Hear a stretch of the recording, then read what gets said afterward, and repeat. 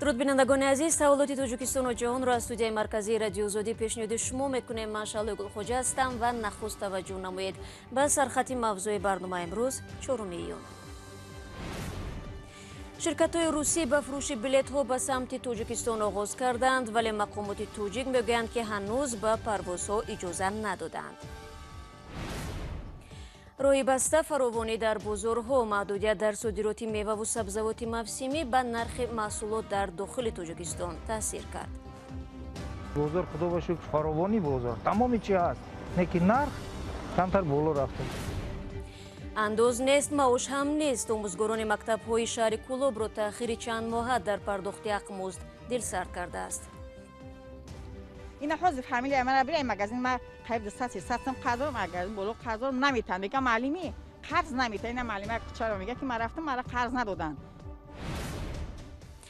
و شروع میکنیم از موضوعی که بیشتر از همه درباره آن دانستن میخواهید، یعنی کی پروازها از روسیه به تاجیکستان برقرار میشود.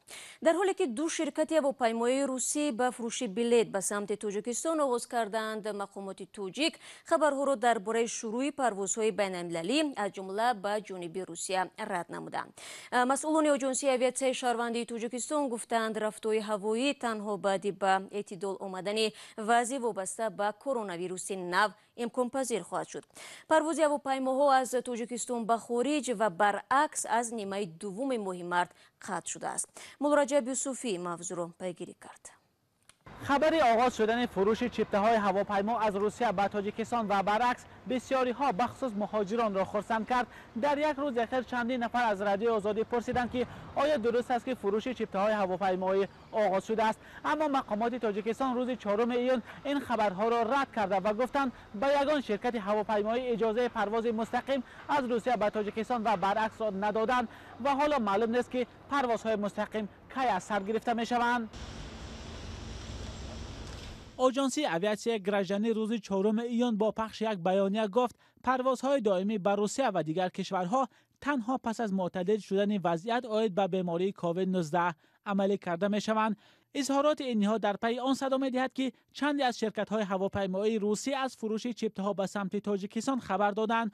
آژانسی آزیا پلوس از قبل شرکت یوتر نوشت این شرکت به فروش چپته‌ها به سمت دوشنبه شروع کرده است و در سامانه شرکت نوشته شده است که پروازها به سمت دوشنبه از روز 30 ایون شروع می شود.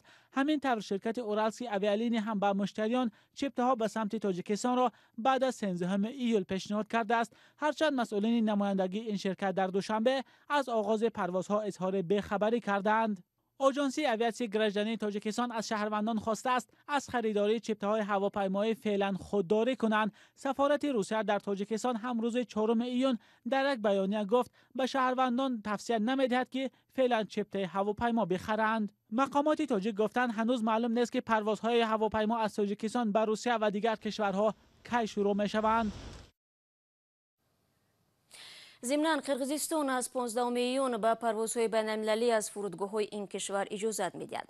سرداری آژانسی آویاسیون گراژانی قرقیزستان میگوید فعلا آنها نقشه دارند هفته تا 17 پرواز از خارج به قرقیزستان و برعکس انجام داده شود. پیشتر مقامات قرقیزستان اطلاع دادند که از 5 ایون سال روان پروازهای داخلی را برقرار می‌کنند.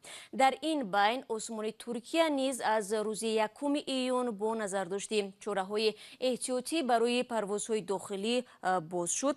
خبرگزاری ها از ترکیه اطلاع دادند که شاید حریم هوایی این کشور سر از 15 ایون برای پروازهای بین‌المللی اجازت خواهد داد.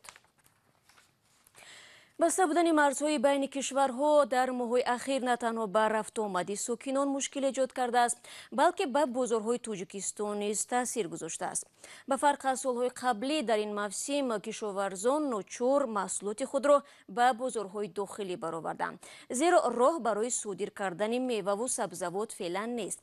چون این وضعیت در بازارهای تاجیکستان فراوانی را به میان آورده و سبب تا اندازه پایین رفتن نرخ شده است. اما با این هم خریداران در صحبت با شهلای عبدالله گفتند نرخ در این دوره باید از این هم ارزان‌تر باشد. کاهش نرخ میوه و سبزوات که حالا در بازارهای شهر فراوانند ساکنان شهر را تا جای خوشحال کرده است.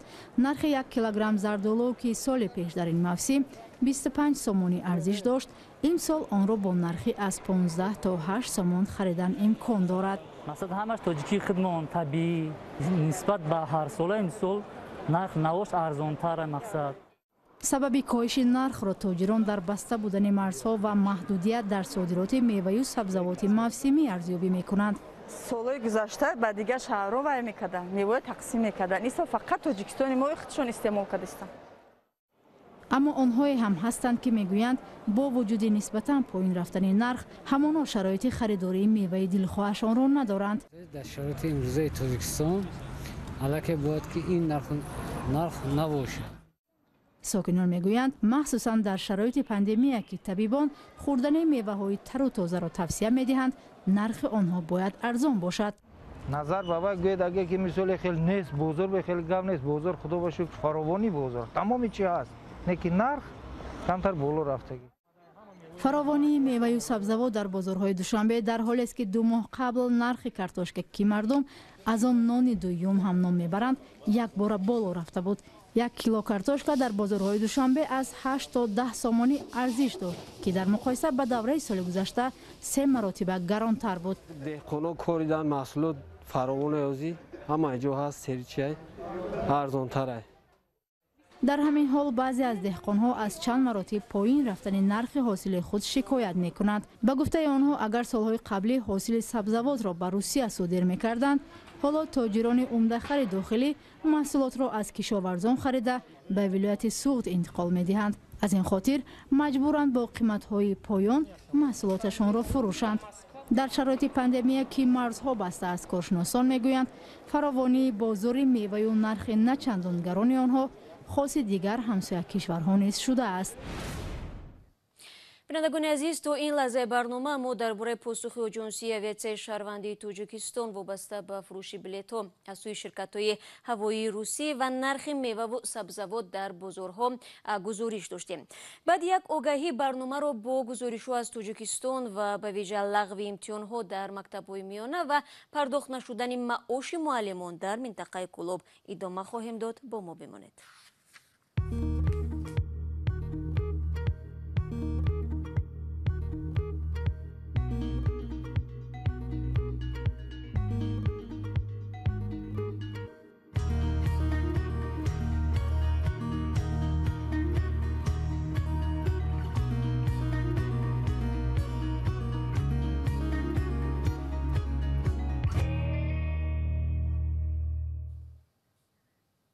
شما برنامه خبری رادیو زودی رو تماشا دارید. ختم کننده های مکاتب میانه تاجیکستان امسال بدون سپاریدن امتحانات ختم نامه کمالشان را دریافت میکنند. چون این تصمیم که به خاطر پیشگیری از ویروس کووید 19 گرفته شده است، در بین آموزگاران و خود معلمین واکنش های مختلف را به بار آورده است. اما تحلیلگران میگویند در شرایط فعلی که در پله‌های ترازو حیات انسان و دانش قرار دارد، البته برتری به حیات داده خواهد شد. ادامه را در گزارشی برای یوسفی تماشا میکنیم. پاندمیای کرونا ویروس اخیراً امتحانات ختم مکتب بچه‌های تاجیکستان را نیز لغو کرد. بهای نامه کمال ختم کنندگان صنف‌های 9 و 11 مکتب‌های تحصیلات عمومی به گذشتن از امتحانات و بر اساس بهای جنبسته چهارک تحصیلاتشان گذاشته خواهد شد. این تصمیم بر اساس قرار ستاد جمهوریوی پیشگیری از پنجشنبه بیماری کووید 19 گرفته شده است. از وزارت معارف تا هنوز این قرار ستاد در حال آموزش است. دستور شده است که وزارت معارف از بالای گذراندن اتستاسیای ختم نظارت جدی برد تا اینکه شفافیت و اون دستوراتی که از طرف رهبریت ستاد داده شده است همون به طور شفاف برآورده شود. اما در ضمن آزمون برای دریافت مدال‌های طلا و نقره ختم مکتب طبق معمول برگزار خواهد شد.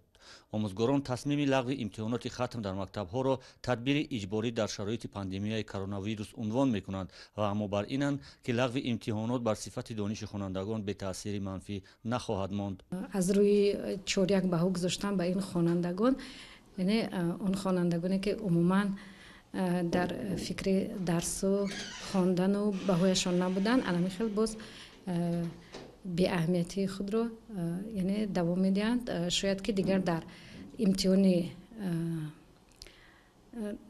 дохилшавӣ низ онҳо каме бепарво бошанд.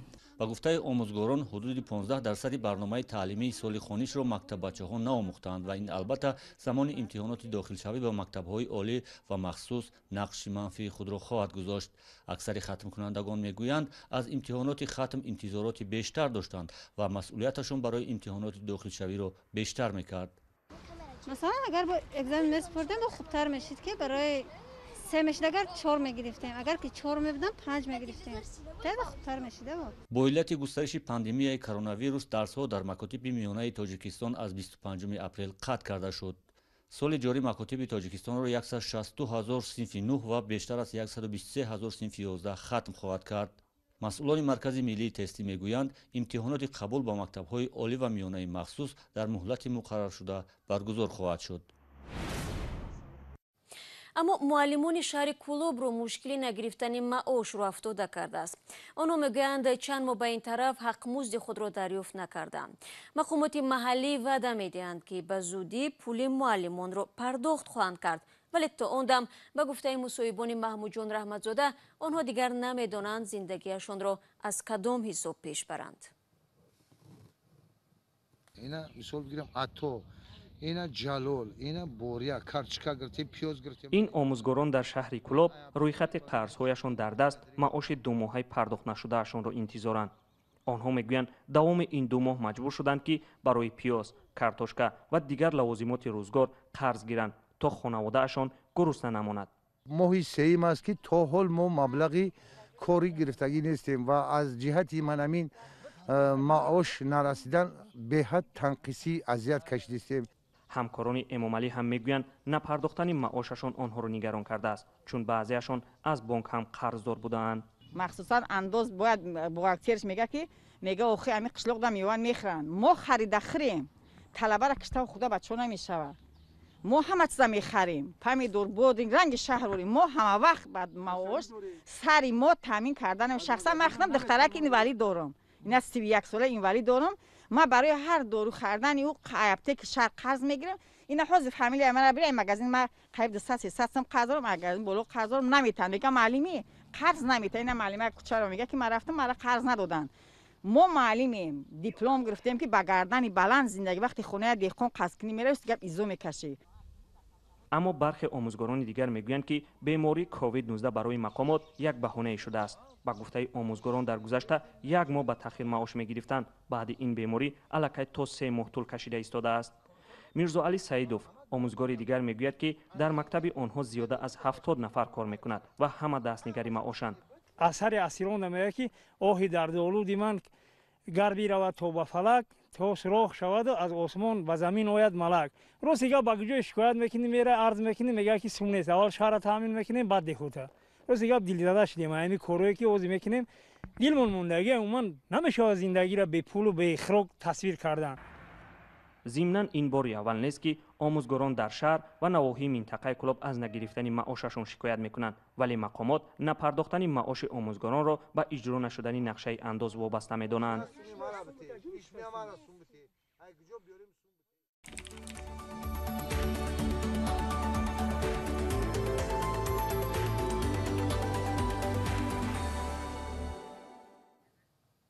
ва президенти Беларус Александр Лукашенко 2 моҳ пеш аз интихоботи президентӣ ҳукуматро ба истеъфо фиристод. дар ин бора рӯзи 3 июн телевизиони давлати Беларус хабар дод. интихобот рӯзи 9 август баргузор мешавад ва интизор меравад ки Лукашенко 65 сола бори шашум дар овоздиҳӣ пирӯз эълон мешавад. ҳеҷ як интихобот дар Беларус баъди соли 1994 мутобиқ ба меъёрҳои интихоботи шаффофу демократӣ эътироф нашудааст. ин хабари охирини барномаи имрӯз буд. сипос ки то ин дақиқаҳо бо мо ҳамроҳ будед. то суҳбати баъдӣ метавонед аз вебсайти радиои озодӣ зернишони cw.ozodi.org истифода кунед. наворҳои ҷолиб дар озодӣ видео канали мо дар ютуб гузошта мешавад. ҳамзамон саҳифаҳои мо дар шабакаҳои иҷтимоӣ низ дар хизмати шумо айзон аст. субҳи фардо ман шуморо дар навиди бомдодӣ бо хабарҳои тоза мунтазирам. то фардо худро эҳтиёт кунед.